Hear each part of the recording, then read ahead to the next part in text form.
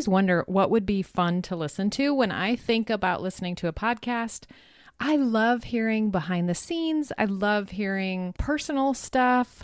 I know I don't share it that much because it just feels weird, but I love hearing that from other people. And I love hearing really vulnerable stuff that I could relate to. So today, very special guest, my sister, Kris, is going to be on the podcast. And there's certain things that I want you to listen for, or that is my goal for the podcast episode. First, I'm introducing my new 15-minute declutter challenge. And you can get a hold of this. I always make my sister do stuff for me and like run stuff through to make sure it's good. And so she's going to talk about her using the 15-minute declutter method to tackle a pile that has been there in her bedroom for a long time. So she's going to talk about that. I love how vulnerable she was. And I think that you may be able to relate to this. And I think it's really good. And then we also are just giggly and weird. And at the end, I just told her, tell everybody something they don't know about me. And so we started talking about different things there. So I think this will be a fun episode. Go get the 15-minute declutter challenge. It is at simplysquaredaway.com/declutter. I made it as simple as possible because this is going to take you from stuck to started. If you're feeling stuck, if you have piles that are staring at you, if you want to learn the steps to get organized, this is where you're going to do it. So go get that. It's free. 15-minute declutter challenge at simplysquaredaway.com/declutter.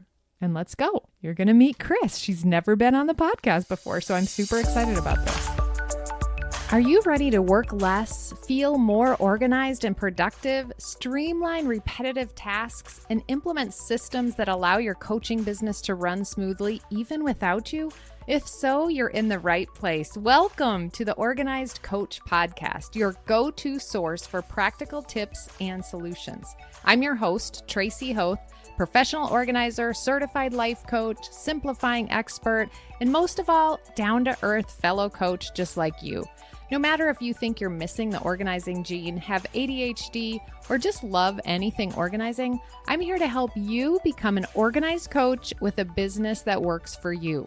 Pull up a seat and let's get started. This is a very special episode. My sister and I are here together. Am I even going to be able to do? Okay. Kris, welcome. Tell us a little bit about yourself. I have been working with Tracy, which I think is so much fun when you work together with a good friend or sibling. I don't know how many siblings actually get along or work together well, but it's been a lot of fun because I get to talk to Tracy every single week and we dream together about her business. And then I work at the Boys and Girls Club. I do a lot of admin work. I do all the marketing and graphic design. And then also I supervise the events department. So we have a lot of Boys and Girls Club events and raise money for the kids in our area. So I do that. I'm the mom of 4. We're empty nesters, just kind of loving it. I know a lot of people say, oh, I just miss my kids. And I do, but we raised them so that they could go off and fly. And now we get to rest and enjoy all the little things that we didn't get to do when you're just so busy raising a family.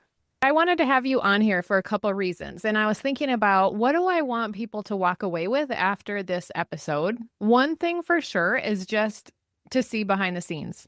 The other thing is to see that they're normal. And the final, most important thing is for them to download the 15-minute declutter challenge. And we're going to talk specifically about that and about you testing it out for me and trying it out. We're going to go into detail about that. But let's just start with behind the scenes. So you've been helping me in my business for how long? Gosh, like 7 years probably. I know. And it's so fun having you work with me and be there and not have to have it be like a super formal relationship where I think about this. Like if I had to hire someone else, I couldn't just text them in the middle of the night and say, oh, can you do this for me? You know, different things like that. So that's I know. really And nice. I think about you just could say just so openly, I don't like that. Change it. You know, and so what do I say that? Oh, No, you like everything that I design. Yeah, that is so true. And I'll be like, oh, this is, this has a problem or this didn't get posted. Are you going to do it or do you need me to do it? And we just kind of can have a real conversation and not, I just guess, not have to worry about the formality of it. And I always tell people, I think my sister is my favorite client because she lets me do whatever I want, Yes. within parameters. I can design and do all the things and explore and experiment. It's a lot of fun. Yeah, so if you haven't seen my graphics, you can see them on my website, simplysquaredaway.com, or you can go to my Instagram at Tracy Hoth and see all the graphics that Kris has designed. And she does other things for me too. So that's really nice. And it's so true. I just say, do whatever you want. And she did my podcast art. I know I was trying to think of the big things that you've done. And it's so good. Do so good. Okay, so let's talk about organization. I want to start I like asking people this. Do you think of yourself as an organized person? I really do. And I know you're laughing because of all of the trouble that I've had over the years. So I think of myself that way, but I think that it doesn't show up that way. And so my biggest problem is probably piling. And it goes for weeks and months and years of a pile. And then I finally get inspired probably by you saying, hey, run through this for me and see if it works. And then I pick something that I need to work on because there's a few of them. And I work on it and I think, oh my gosh, why did I let this go so long? That's such a good point, and I think so many people can relate to that. But I want to go back to you think of yourself as an organized person, which I think is awesome because organization doesn't have to look like someone else. An organized person can have piles. And when you decided to deal with it, you did. And you followed the steps. And we're going to talk about that in a minute. And then you can find things when you need them. Do you feel like there's a pain point? Because I ask clients this a lot. Do you feel like there's a pain point where you are wasting time looking for things or can't find things when you need them? Or is there any pain point for you with the piles? There absolutely is. I can't find, the one thing that last project that I did was cleaning off this dollhouse, and you have pictures of it. And that's where I would lay my clothes. I'm like, okay, I'm not sure if I want to wash this yet, but I'm not going to hang it up because that takes too much time. So I throw it on the dollhouse and it just becomes this huge pile. And then I can't find my clothes. Well, and I have another pile over by my dresser. And then I have everything in the dresser, and then you have your dirty clothes. And so I'm always digging through either this pile or that pile or my dresser, and I don't know where anything is. So I think that's my biggest pain point for sure. Okay, so there is a pain point there that makes you, if you had all of that stuff hanging up, if you had maybe hooks on the wall where you could hang something instead of pile it, that maybe you weren't going to wash yet, you would be able to see it. I don't know if that would work because there's 4 hooks. There would be at least 8 things on each of the 4 hooks. And then I'd have to dig. Yes. Okay. Oh, no, I don't know what the answer is. I think it's hanging things up. Just do that 10-second thing or throw it in the dirty clothes. And the other thing comes to mind is that's the maintenance part of it or the habit part of it, where if you had a routine, maybe a 1-minute routine before you went to bed, that would be to like sweep through the room and clean the pile, anything you've piled, which it wouldn't be overwhelming then, because if you started with a clean slate, it would be 1 or 2 things, but it would have to be, you'd have to get that habit established, which would require maybe some accountability or something more. Can you see yourself doing that? Well, after working with you, I do think about when I am going to go set something down, or I'm going to throw it on that dollhouse, or I'm going to do whatever it is with that piece in my hand. I think, Tracy says, please don't just set it down in this pile. Just do something with it. It just won't take that long. Just do it now instead of putting it off to later. So you could do things. I always try to help people think of things they could do, like get a sign and hang it up there first, so you see it right where you would normally lay it down. Set a reminder on your phone where it rings or something at that time when you usually would go to bed or whatever, or maybe it's in the morning, depending on your time, what works best for you. I keep thinking of what's the guy's name? Seinfeld, where he said he would write jokes and he would write them every day and he didn't want to mess a streak up. So he would put a calendar on the wall and every day he wrote jokes. He would put an X on a red X and he would try to keep the X's like not missing a day. So if that would be motivating, and there's probably apps like habit apps that you could use too to do that if that's better. But being physically in the space, you'd see it more often than getting on your phone and then getting distracted. An hour later, Yeah. you're like, oh, what was I doing? Or I could do a little star chart, stick a star in Yeah. there for Monday, one Yeah. for Tuesday. Or the other thing that I think of that people have challenge with as far as piles of clothes is if it's not easy to put it in the closet, like if the closet's smashed full and you can't get it in there, or if there's stuff blocking it or something, it makes like we have to really think about what's going to make it easy to put them away. Do you have enough hangers? Do you have the right space you need? Or do we need to move some stuff out of the closet? What do you think about that? Yeah, my closet's stuffed and I really don't have any more hangers. And then I go through there and say all of the things and say, gosh, I haven't worn that in 3 years. But then I don't want to get rid of it because what if I need it for some special event? Where's that one thing that I remember from 3 years ago? So yeah, I definitely need to go through it. I need to get some of those felt little hangers that you recommend because I love those. When you pick them up, it gives you this happy feeling, and you know that they're going to stay on there and not slip off one side. And Yeah, so I do like them for that reason, but it's funny that you say it gives you that nice feeling because my daughter-in-law hates those hangers because she hates that feeling. And so I think that's funny that we're all different in that. She would never want, I bought them once when they first got their apartment and she was like, no, sorry, I can't stand that feeling. The one that does give you joy. Yeah, whatever that is for you. Yeah. But that keeps it on the hanger. I hate when clothes fall off hangers. Does it feel overwhelming then? Like you just don't want to do it? Yeah. Why try? Pile it up higher.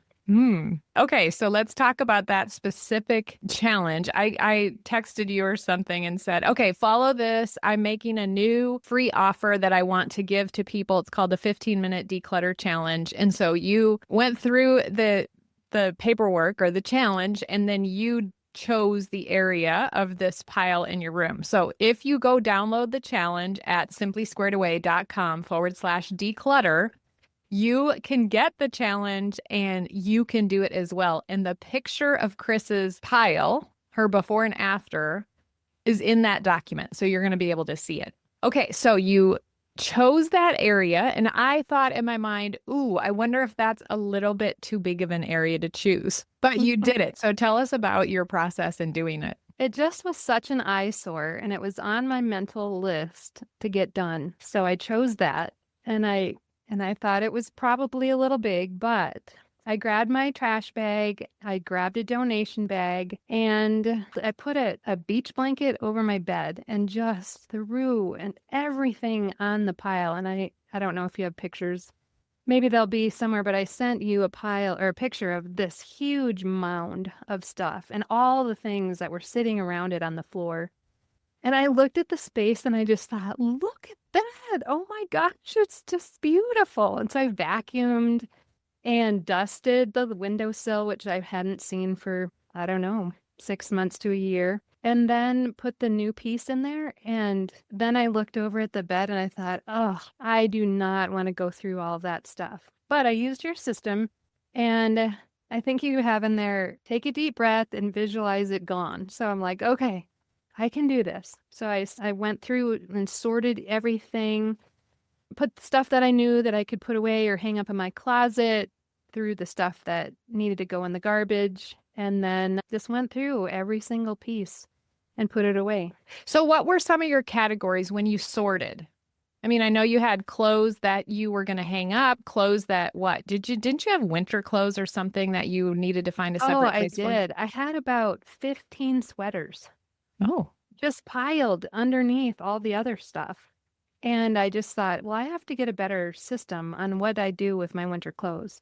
Because I've never been one of those people that takes out their winter stuff and puts their winter stuff away and takes Mhm. out their summer stuff. So I thought, well, maybe I could become one of those people and get a little container that slides and just rolls underneath my bed.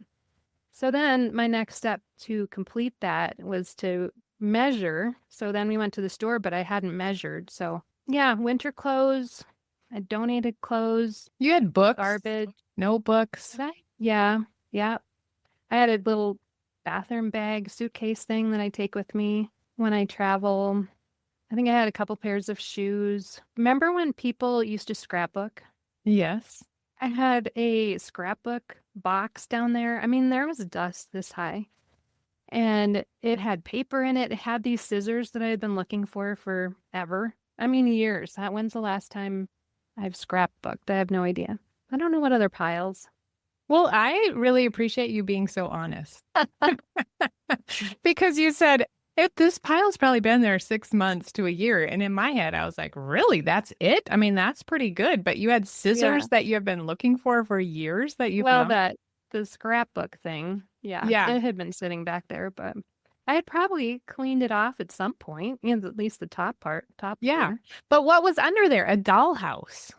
Yeah. Well, the girls were stuffed in three girls to one small room. And so when Naomi got that for her birthday or Christmas or something, Rachel and I fixed it up for her and put carpet in there and wallpaper, and it was just so much fun. But they had grown out of it and it didn't have anywhere to live. So, and I think it lived in there when she first got it. In their Then, bedroom? no, in my bedroom because Oh. they didn't have room in their bedroom. So it had been in there forever, and So what did you do with it now? I took it out and put it in the girls' room because there's nobody in there. Well, that's fun. So now will you save that, do you think? Yeah, that's why I didn't want to get rid of it.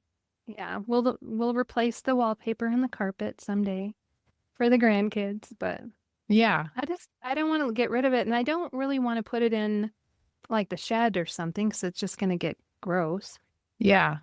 Well, that's cool. So then you took that out of there, and then did you already know what you wanted there before you Yeah, that started? had been sitting in the middle of my walk space in our bedroom for probably 3 weeks. And so I knew that was one of the areas that I needed to tackle because I'd gotten this from somebody that was moving that got rid of this shelf. And I thought, oh, that'd be perfect for my shoes. Okay, so you put the shoe shelf in there, and then what you said is something I like to do. I give you the steps to sort, purge, assign homes, contain, and then energize and ensure that it's going to stay that way.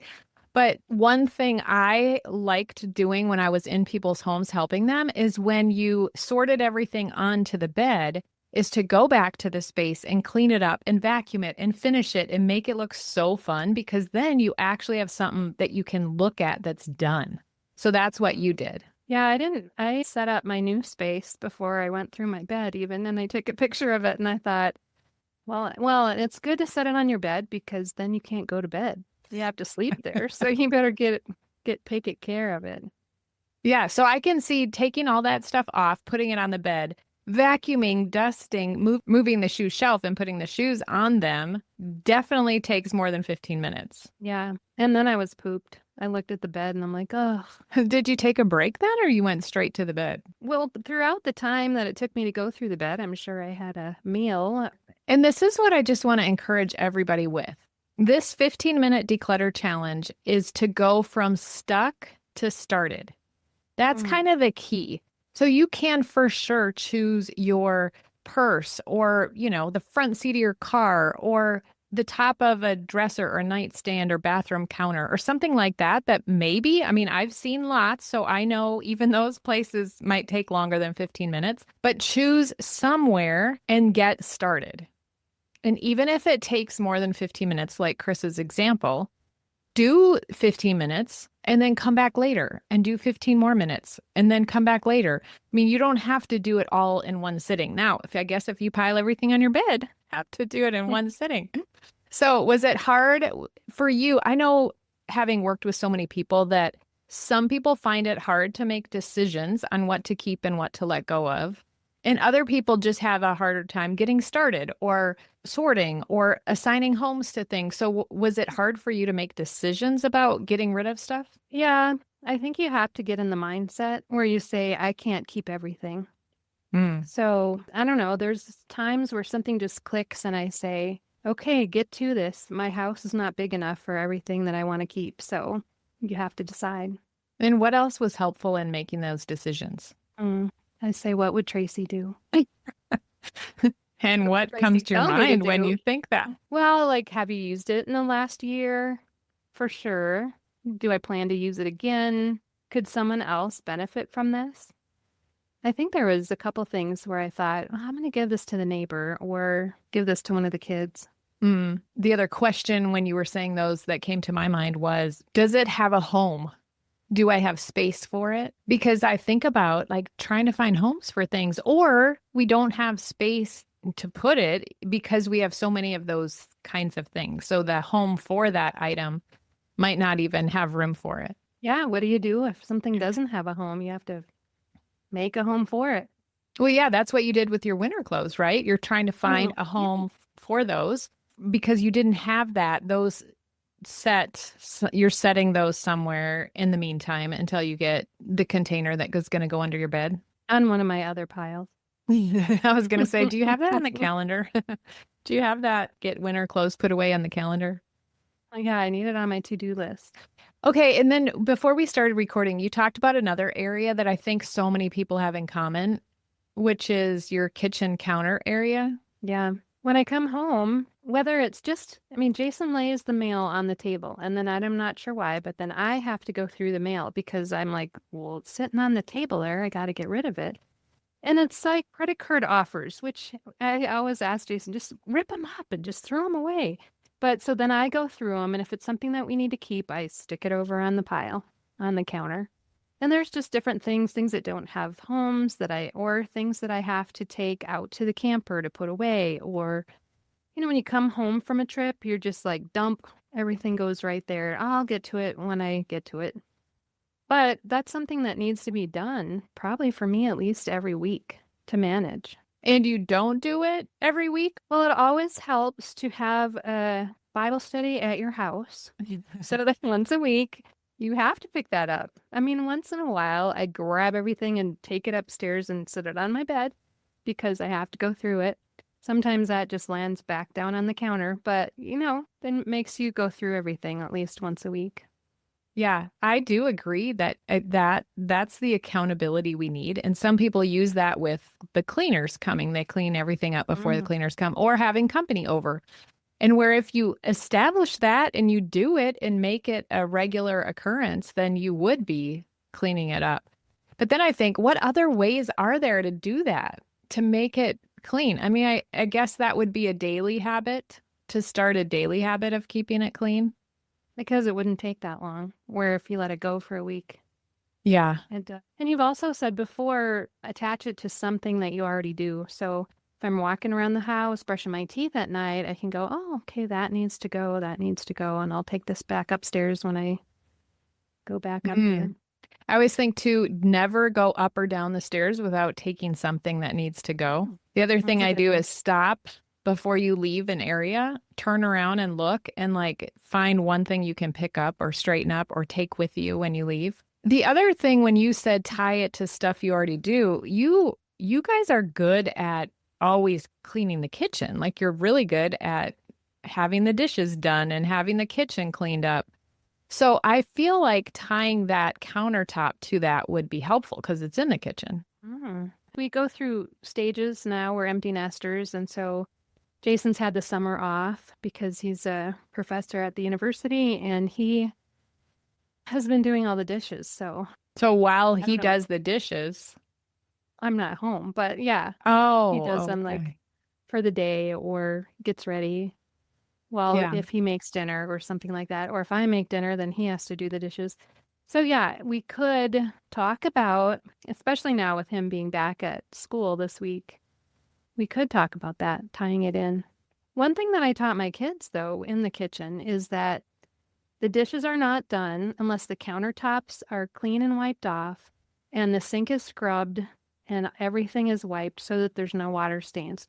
And so, like, you incorporate that into your routine. Why can't you just take care of that one little last step? Is the countertop over by the refrigerator. Yes. And that phrase you just said, the kitchen is not done Mm. until that countertop is clear. Oh, yeah, that one too. That countertop too.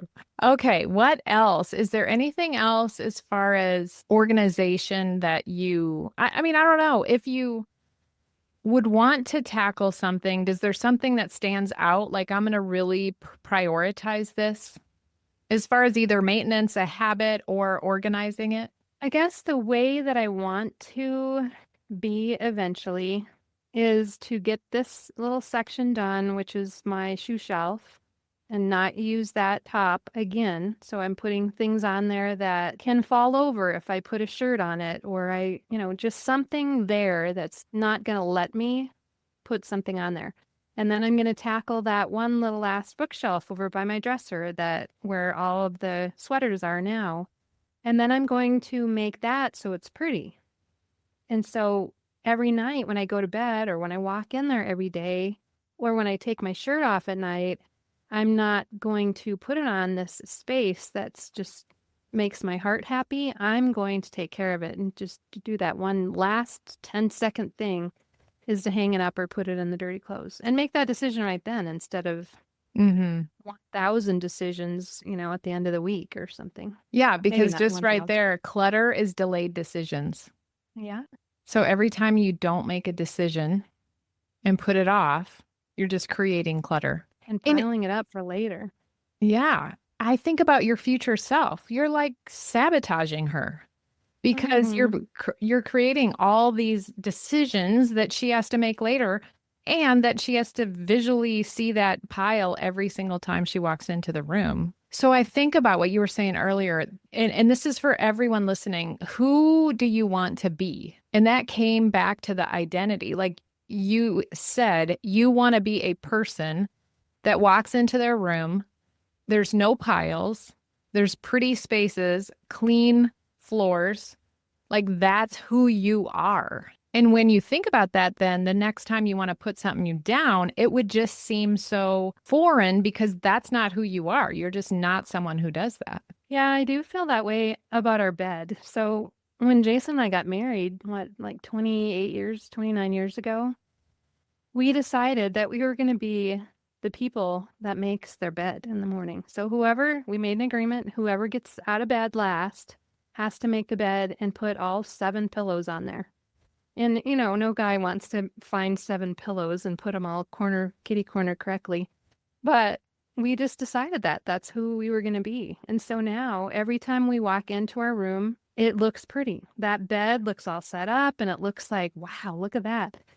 And then one day I left it undone. Like this morning he's out of town and I thought, oh my goodness. I walked in there and I thought, look at this messy bed. So that's one thing. This is the kind of person that we want to be. And so we made that decision together. Well, so right there, it seems like it's just making the decision. Yep. So if you just decided right now, I am never going to have a pile in my bedroom again. Chris's eyes just got really huge. Like, what would that mean? Did you gasp out of breath? Yes. Yeah. Well, what comes up that made you respond like that? Great. I don't know. Just like, I can't even imagine being that kind of person that doesn't have piles. Sounds nice, though. Yeah. And I think about myself, we weren't the type of people that made our bed. I don't even remember what we thought our whole life. But now, in the past 10 years, I'd guess, or 5 years, we always make our bed. And we just got a new bed probably a year ago and a new headboard. And so it's so pretty and I reduced the pillows. We just have 3 pillows and 3 big pillows that we put on. But it's so beautiful. So every time I leave my room, I look around, I try to make sure my nightstand, I don't really keep anything on it, but the nightstand's clean and my dresser's cleared off. But I do have hooks because when I work out, I'll hang my sweaty clothes up. And then if I wear, a pair of sweatpants or something, I'll hang them on this hook. But other than that, like I turn around and look at it. So I guess I think of that like I'm just the person who doesn't have piles in their room. So I think that's a good idea for you to actually just make the decision. I am not someone that has piles because Hmm. it worked. Like you pull from what works, and you guys are someone who makes their bed. Hmm. Hmm. I'm going to try that. Try that new way of thinking. Okay, I'm going to put it on my calendar to get that area clean, buy my sweater buckets, and then And just be use the kind of 15-minute person. declutter challenge. Mm. The paperwork, it has the steps. You can take them in there with you, set your timer, and just keep using that until all that clutter's gone. Yeah, that feels nice. Ooh, feels Thank you for getting nice. that. Okay, what else do we want to talk about? What else do we want to share with our listeners? I do think that when we were talking earlier, that your 15-minute challenge is really, they always say, how do you eat an elephant? Well, you take one bite at a time. So I feel like this 15-minute challenge is the first bite, or it's even the second bite. It's a bite to get past that being stuck and getting things done because you can't do it all in one day, even or 1 hour, but you can do just 15 minutes. And I think about that too. Sometimes we put something off because we think it's going to take so long. Like we just never have time. We wait for this time in our life, I guess, where we think we're going to just have this big block of time to do something. But if we could just get started, if we could just go do something for 15 minutes, imagine like that could change your future. I like what you said about what would the future me feel. And I like that feeling for her. I like that freedom. Someone said, you need to hook your future self up. Like you need to not, I just, this person, she was on my podcast, Laura Conley, just the way she talks, I see her big smile and I just think, oh my gosh, the way she says it is so cute. She's like, you need to hook her up. You don't need to be rude and mean and be lazy now so that she's suffering later. Like, hook her up. I mean, so many other implications for that too. Your future self, working out, Yeah. eating right, all of it all goes together. And it does kind of make the decisions now seem like you would want to choose to make the best decision now instead of waiting. If you take the time to think about her. Anything else personal that you want to share just about me? Because all the listeners are like, tell us something that nobody knows about Tracy. So I might edit it out depending on what you choose, but what do you Oh, want to tell great. people? There's two great things that I'm sort Ooh. of jealous about for Tracy. Ooh. The first one is, and I think you've mentioned this, she won, what did you win with Queenie? Oh, pet pony. The Pet Minnesota State pony. Fair pet pony class. And you should have seen the bowl that you won. Do you still have that or who has that? I have it. Oh my gosh. Okay. Well, you'll have to show that to me next time I'm there. And then the other thing is that, and I tell my husband this all the time, I mean, I don't have as dainty wrists as Tracy does. She has very dainty wrists. I don't know what that doesn't even mean anything, but I always think, look at my wrists. They're pretty small. But Tracy's are more dainty than mine. And that only came up because Chad would grab my wrists and like Oh, his hands were so strong, they would like crush them. And I'd be like, don't, my wrists are so dainty. They feel like they're going to break. And then oh. it just became like a joke about Mm, everything. No, and the yeah. thing I remember about Pet Pony, like that is a really special time. I think I was 7 years old and I don't know why they called it Pet Pony. They had to be under a certain height. Mm-hmm. And our pony Queenie is who I rode. We showed horses. But the thing about that I remember is once you win, so it's Western pleasure. So you're in, my mom sewed all of our outfits. I have a Mm-hmm. picture. I'll put it in we'll use it for the graphic. I have a picture of me. Oh, okay. But once you win, you get you're in the middle of this huge arena because it was indoors, this huge arena. And you have to take like a ring around what do you call that? A ring around A ride around the ring. a ride. Yes, around this huge auditorium. You lope, which is canter run. And my pony, like I am a fearful person. I'm kind of scared. And she started out and like ran around the edge. And then at the end of the arena, farthest from the door, she just turned and went racing to the door to exit the arena. And I just held on for my life. I mean, I couldn't make her go on the edge like she was supposed to. She just tore down the middle. And I was so scared. And so I think about that. And I think about you. Because Kris and I each got a horse when we were in middle school. We got a 2-year-old. I mean, maybe we got them when they were a year, but then we trained them. We went to this was like such a neat memory, but my horse was perfect. Her name was Ruby. And Oh my gosh. Okay, that's another thing I should have mentioned. Tracy thinks Ruby was perfect. well, she is perfect for me. And then Yes, for Kris you. got Belle, and Belle was hyper, like she was more antsy, and I was just scared. And Ruby was calm and like so amazing.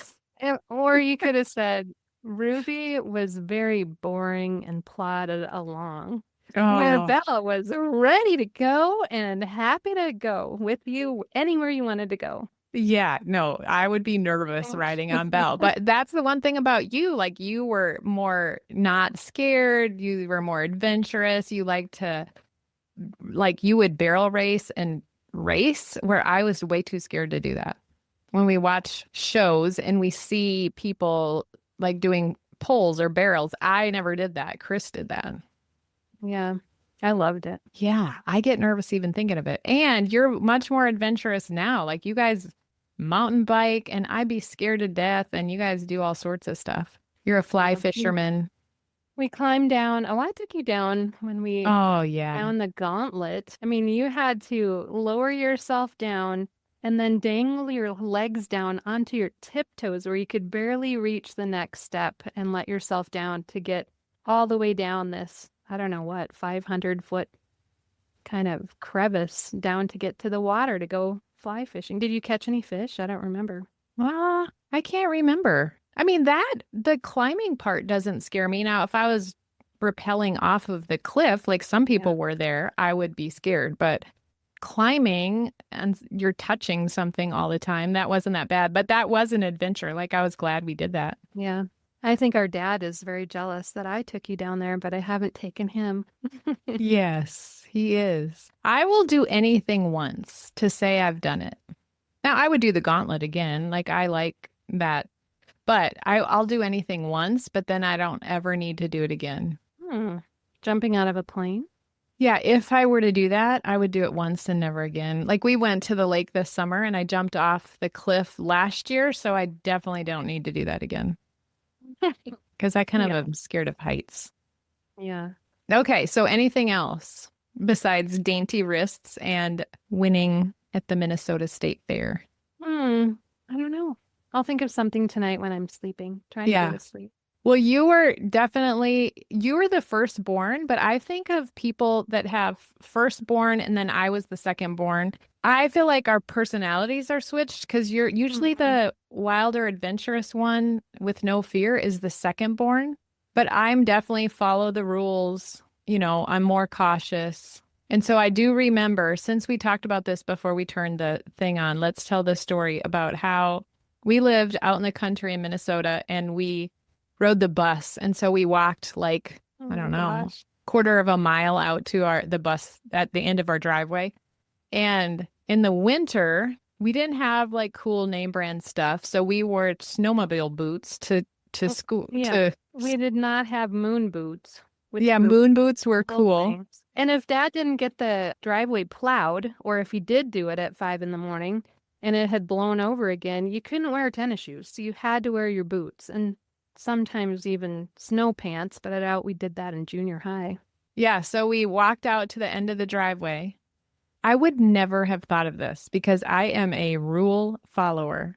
Well, But I can't believe Kris, you followed me. I am a follower of the non-rule followers.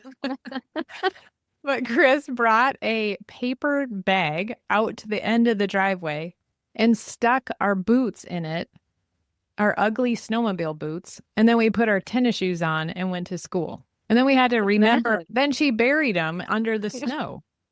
I can't even believe we did that. And then we got home, and of course the wind is blowing and it just covered up everything. So who knows where we buried it? Well, Do that's you what I was remember? wondering, Did if we we find found it? him. I don't Well, we know. had to have found him, but I do remember at school, though, like there being, I have this picture in my mind where this was elementary school. There was just a big area when you walk in the school where there's a million pairs of boots. mm, And then I guess you put your shoes on right there and everyone left their boots there. So you look around and you see like the old snowmobile boots, and then you see super cool moon boots. yeah, We didn't have those. not us. Oh, I do remember too the one time that my dad was shoeing horses in our barn and I sat on the horse, and then Ruby walked out of the barn and went under this tree and pulled me off, like because the tree was so low and I had leaned back to go under it, but it was too low. So I fell off. My arm was really hurting, and so I broke my arm. And it must have been close to winter time or in the winter, but I do remember it was such a great thing that I broke my arm because Kris had to haul all the wood. Oh, brother. Yes, I did have to haul all the wood, and Tracy sat there and smiled, That was the like greatest. watching me out the window. We heated our house with the wood burning stove, and so we would, as a family, go cut wood. And that's part of the reason, like, I never want to do that work again, but you're more into that. Like, you want to have animals and you, We do have a wood burning stove, and it really helps. I don't know how much it really helps, but we do love having that crackling fire and just the warmth of it every winter. So, and I get to use the chainsaw. So it's a lot different from when you're a kid where you're just being ordered around. that sounds terrible. I never want to use a chainsaw. It's And we just put in a gas stove in our fireplace, and it's the most amazing thing I've ever seen. You And push it's the button. so clean. Oh, it has a remote. Oh my Ooh, gosh, you I'm have to in get love up with and it. push the button. Man. No work and no mess. Okay, so that was some fun stuff. You got to see behind the scenes of my sister and I's relationship. So, Kris, I really appreciate you being here. I appreciate you sharing and being really vulnerable. I know so many of the people listening and so many of us can relate, and we all do these things. And thinking about, I'm glad we even dove into the identity of your future self, and keep finishing that room. Take more before and after pictures. Okay. Okay. Well, thanks for having me. It's been fun. As I reflected after I edited this video, I thought about Kris, and the one thing that she's taught me about organization is, as she's worked for me, she's kept everything so organized online. And I think a lot of what I've done as far as organizing my digital files and graphics and that sort of thing, I learned from her. And so I think everyone has an area of their life where they are organized. And I want you, as you're listening to this, just to think about your own life. Where are you organized? And what can you pull from that? And then I loved that we covered the identity issue. What is your identity? What do you want it to be? And what decisions do you have to make today? I invite you to go get the 15-minute declutter challenge. It's at simplysquaredaway.com/declutter, and do the challenge. Send me your before and after pictures. Send me your thoughts about it. It's brand new, and so I want you to give me feedback. I hope that it helps you. I'm looking forward to all the people that can change their future because of 15 minutes. Have an amazing day. I'll see you next week on the podcast. Wait, if you're finding this podcast useful, you must check out the Organized Coach Academy. It's my course where I walk you through every step to get your business organized, to get yourself organized, to save money and time, to prepare to hire someone, to do all the things that you want to do in your business with ease. Check that out at simplysquaredaway.com/OCA. Also, I'm sure you've heard this a million times, but I would love it. It's my way of knowing that you're enjoying the podcast if you leave a written review. I have lots of freebies for you. They're linked in the show notes. You can find them in my bio on Instagram at Tracy Hoth. And until next week, have a beautiful day.